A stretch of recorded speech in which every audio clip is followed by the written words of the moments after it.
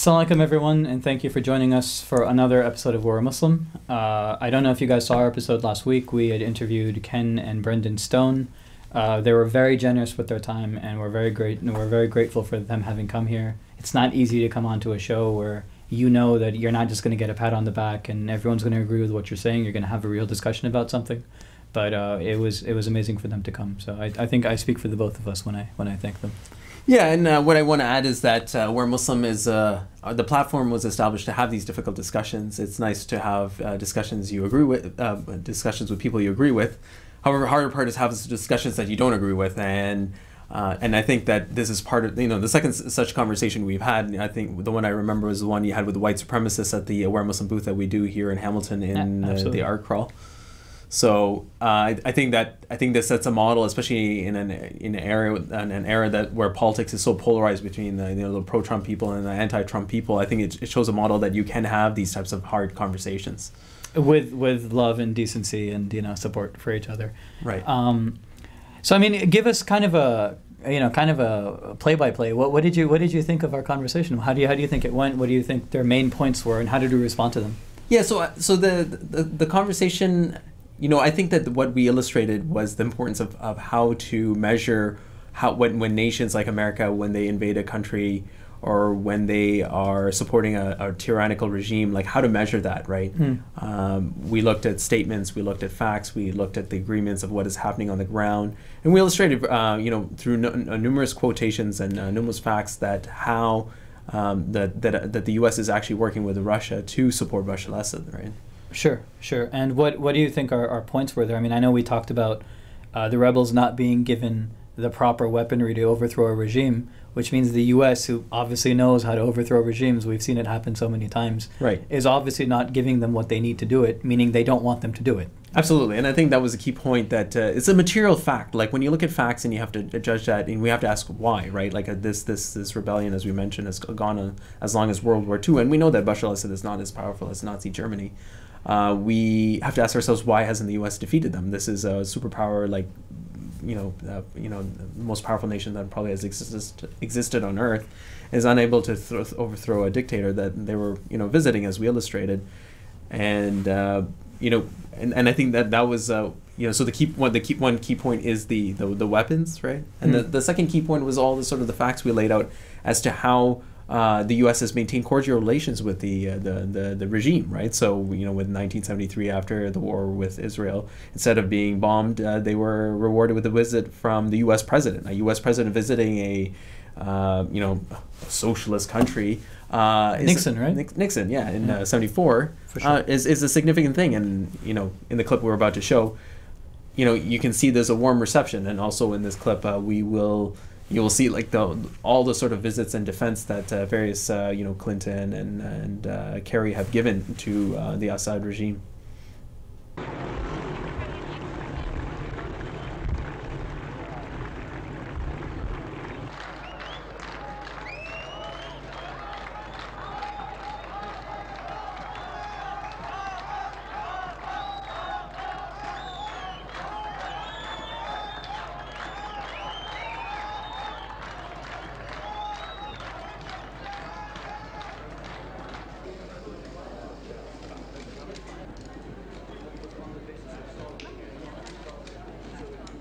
There is a different leader in Syria now.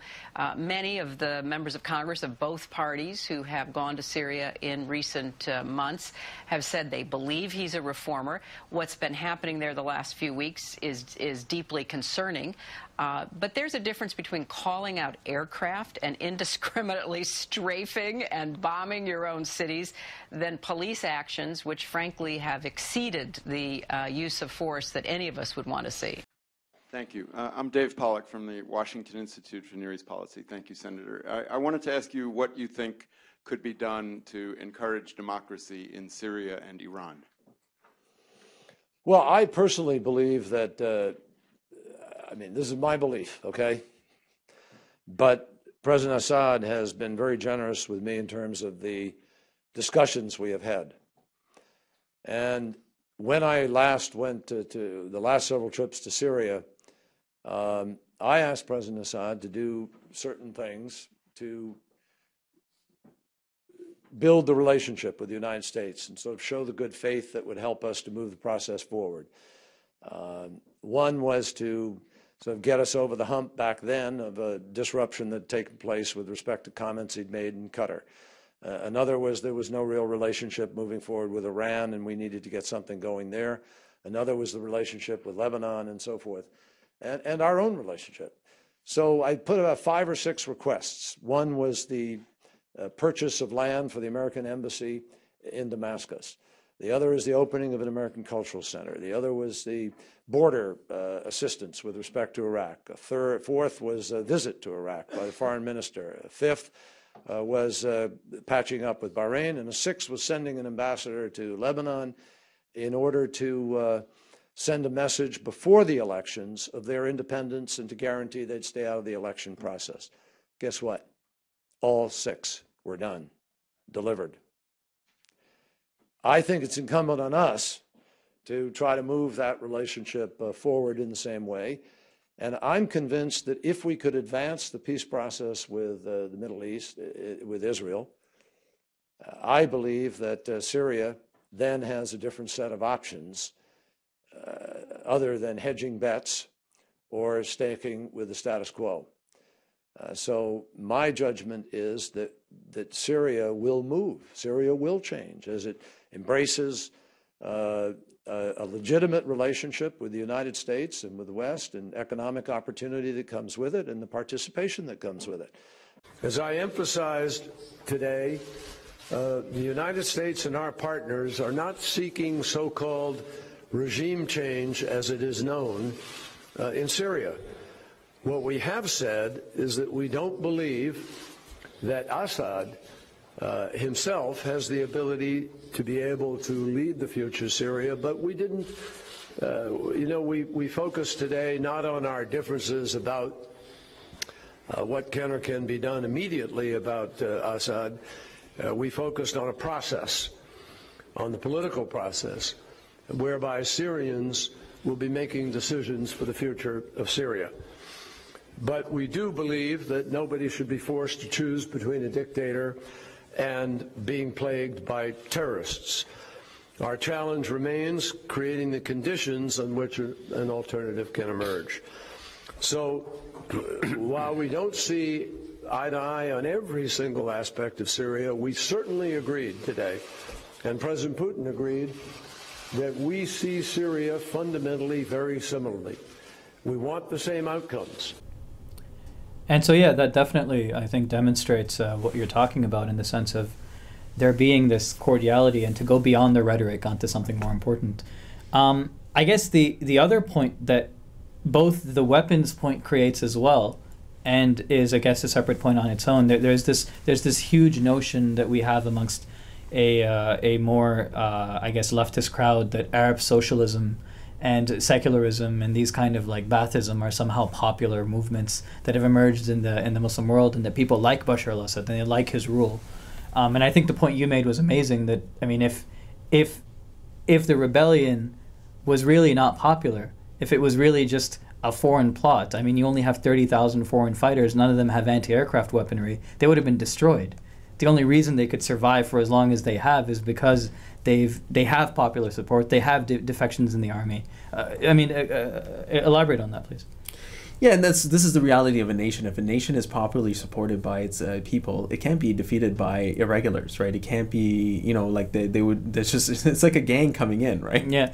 If a bunch of thugs with gang, like a gang member, whether it's KKK or whatever, was to come in with a bunch of rifles, it would be easily defeated by a crowd, right? Yeah. And by the nation, right? A nation of 24 million people with a 250,000 strong army, Syria had before the uprising, that they would easily defeated that. And to say that somehow magically these people were able to defeat them because somehow America has magical powers doesn't stand to the reality on the ground. For sure. And also just the idea of Arab socialism being popular. I mean, that's from my experience anyway, having lived and grown up in the Muslim world, socialism of any sort, or secularism of any sort, I should say, has always been imposed by force upon Muslim nations. It's not something that Muslim nations have ever organically, asked for or aspired to, and we've seen that again and again, right? So yeah, even the word Ba'ath is is a caricature. It's an imitation of Europe, the Renaissance, right? And it's a tragedy that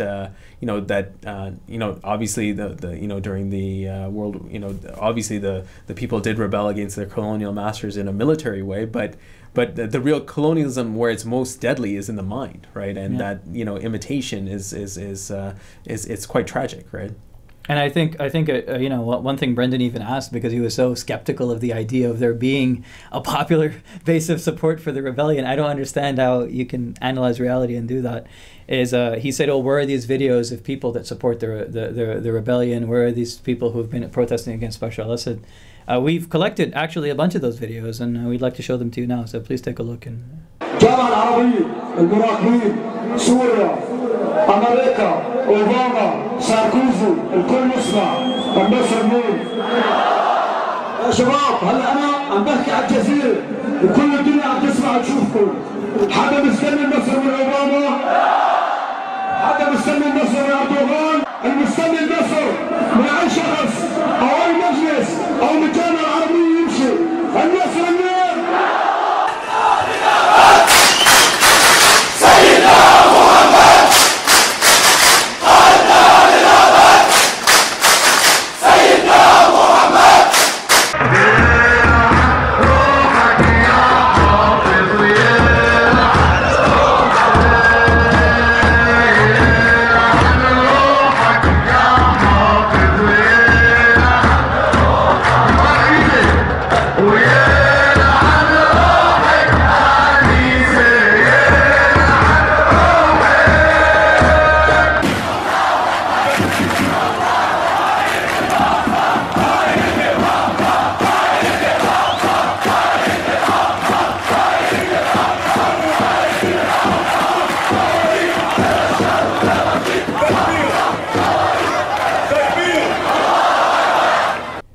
And so, yeah, I mean, that definitely creates this notion that the public opinion is for Islam in the Muslim world. Those are explicitly religious statements those peaceful protesters are making. Yeah, especially the one that I think that for me, when it was amazing when the one that in Homs where they recited Surah Nasr in the crowd 3 times. I think that was amazing. It was amazing as a Muslim to watch that. It's absolutely amazing. Absolutely, and it's one of those experiences that you wish you were there. Yeah, absolutely. SubhanAllah, may Allah reward them immensely. I mean, I guess the point that gets brought up a lot though is even more than so we've already talked about it's a plot from NATO and they're trying to overthrow the Syrian regime. We've talked about how that just doesn't make sense. We've talked about all this other stuff. The biggest point a lot of people make, and I think this becomes emotional for people, is, well, Bashar al-Assad supports Palestine. Right. He supports Palestine, and therefore he must be a good leader, and that's why the West really hates him, because he supports Palestine too much. He's a defense against Palestine. Right. Or defense against Israel for the Palestinians and for the rest of the Arabs. What's the reality of Assad's position in Palestine? Yeah, so I think that's important. The point is that when we have to appreciate the nuances of American foreign policy in the region, right? It's not as simple as the thing. And I think that one of the points we're going to cover is with the real objective and what sometimes people especially may forget is that capitalism defeated 2 ideological states. One was one was the Ottoman Islamic State, which was running for 1400 years, and then the other one was the communist one, right? So what we have to keep in mind when we look at the region, you can't ignore the rivalry between Europe and America and the Islam, right? So when we look and appreciate the region, the reason for the establishment of Israel within the Muslim world was to colonize the Muslim world, right? And so. Sure. So it is a beachhead for America to expand its influence, but that's not the only way it expands its influence. It supports, for example, we know that it gives, Sisi money, right? We know it gives them billions of dollars to other, we know no one's going to argue that they support the Saudi regime, right? Or the Qatari regime. Yeah. So the point is that we have to appreciate the nuances and complexities of American foreign policy, and part of that is America too supports Palestine. And we saw that in the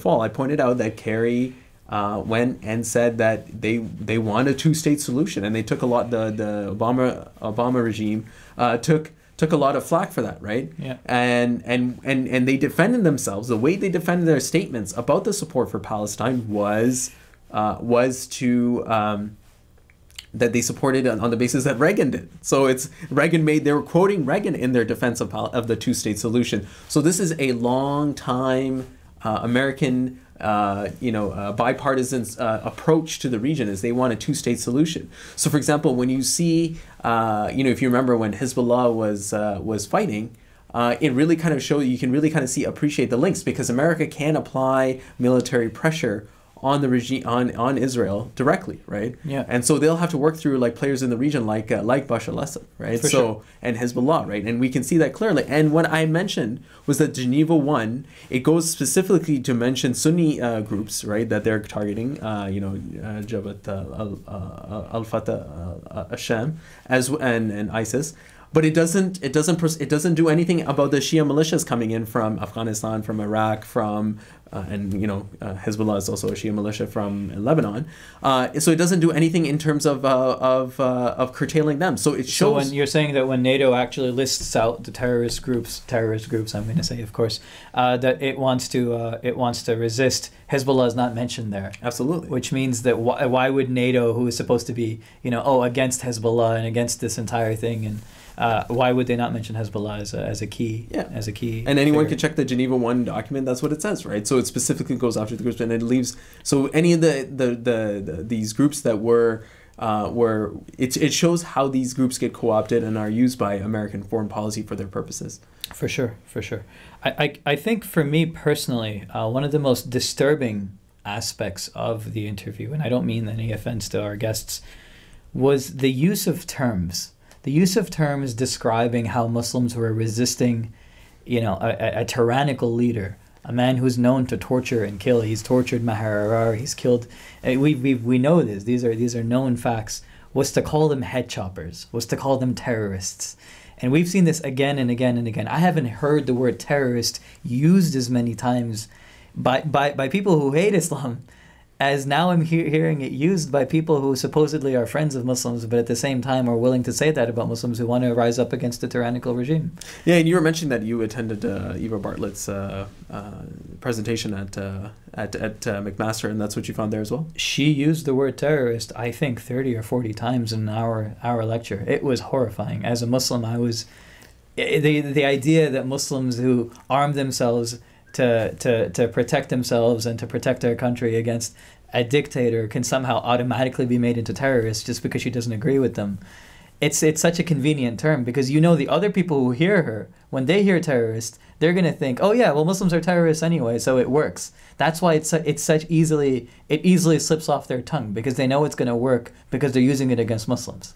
Yeah, and I think that goes to understanding, and I think that's why appreciating the situation of African Americans in America and how they've been marginalized through the Southern strategy, using the terms, and that's what I had mentioned, and I think that I'm not sure if I was clear what I was saying, was that we have to be very careful when we talk about Muslims and the word terrorist. It's just like using how the way white supremacists use the word criminal in conjunction solely with blacks, right? Like when you think of terrorists, do you think of Dylan Roof going into that church and killing those people? You don't, right? You don't apply the word terrorist to him, and even if you do, it kind of doesn't matches, right? Oh, you don't think of the KKK as a terrorist group, right? For sure. Not you, but I mean in general, the way the society uses the term is exclusively used to describe Muslims who use violence, and it's a way that if people are anti-imperialist and they're against invasion, well, guess where all the invasions are being done? Guess where all the oil is? It's in the Muslim lands, right? So we need to be, if that is the real goal of supporting this or that, then stop using the word terrorist to describe Muslim people who are, as we illustrated, are really actually, defending their families from a brutal tyrannical regime that is known to torture, right?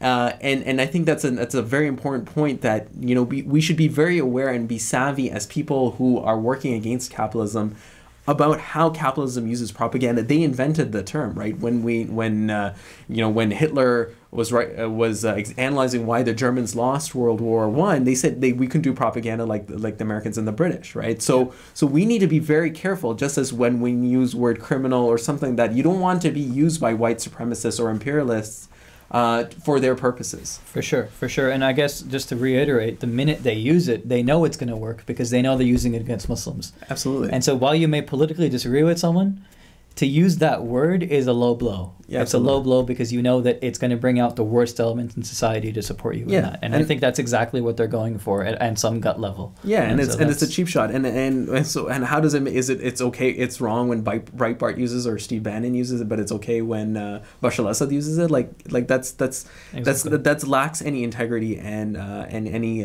it's awareness of how capitalism works and any consistency, for sure. So I guess, I mean, I think the point for me that was the most interesting was something Brendan said. He talked about how he thinks we're articulating this point, which we are. So he was right, that there is a popular current amongst the Ummah, amongst the Muslim world, that wants the return of Islamic rule. Right. That wants, secularism and socialism and Baathism and all these other dead philosophies to move out of the way, and capitalism, of course. And for it to be replaced with an Islamic alternative that represents our 1400 years of history and our convictions about the purpose of our existence and the nature of reality. And he said that he doesn't believe there is any kind of current that exists in that capacity, and he believes that there's no unity on that or anything like that. Speak to that. What do we as an ummah, do we have a unified vision, or is there at least a sentiment amongst the ummah for a return for Islam? Yeah, so I think that's a very important point, and I think, to be honest, I think this is the real tragedy of this narrative that Bashar al-Assad is some anti-imperialist hero that is fighting to defend some attempt from NATO and the U.S. to overthrow him, because what is lost is the real story in terms of it was one of the most important sort of chapters in the rebellion against capitalism, right? And that people have to appreciate that Islam, as I said earlier, is that one of the two ideological nations that was defeated by capitalism, by the imperialist forces, was the Ottoman state, right? For sure.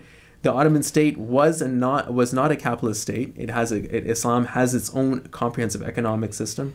Prophet Muhammad, peace be upon him, he unlike other religious leaders led a state, right? So and he had a continuous succession for 1400 years, right? That people where a leader kind of followed him and implemented that state. Some were better implementers than others, of course. As human beings, you become Muslim doesn't make you an angel, right? For sure. And it's only natural that people would want such a successful system, right? Sure. And the proofs of that is as we mentioned, is that we've seen how Muslims have shifted from the secular colonialist kind of narratives that have been imposed upon them to the Islamic narratives. Now, what we were trying to get at is the public opinion is for Islam. That when you go on the streets, if you want to raise a banner, you're not going to raise the banner of Karl Marx. You're going to raise the banner of Islam. That is the currency on the street. And we saw that throughout the Muslim world, even during the Arab Spring and before the Arab Spring, right? In the 90s, in Algeria, the people voted for a government that would implement Islam. In Turkey, they did the same thing with Erbakan, even though they've been forcibly secularized for decades. And the first time they were given a religious figure to vote for, they voted en masse for him. And that's not to suggest that, once again, we agree with all the tactics or all the methods of any political group that's existed, that's used Islam as its slogan, but the point is that what it demonstrates is that sentiment on the street, what you're talking about. The Muslims want Islam. Absolutely. And that's the thing, is that whenever Muslims are given that choice, they always vote for Islam, right? And it has shifted. It hasn't been that way since, as I mentioned, I know a brother from Algeria was telling me that, in the 70s, if you didn't wear, the Islamic, clothes as a woman, you were considered civilized.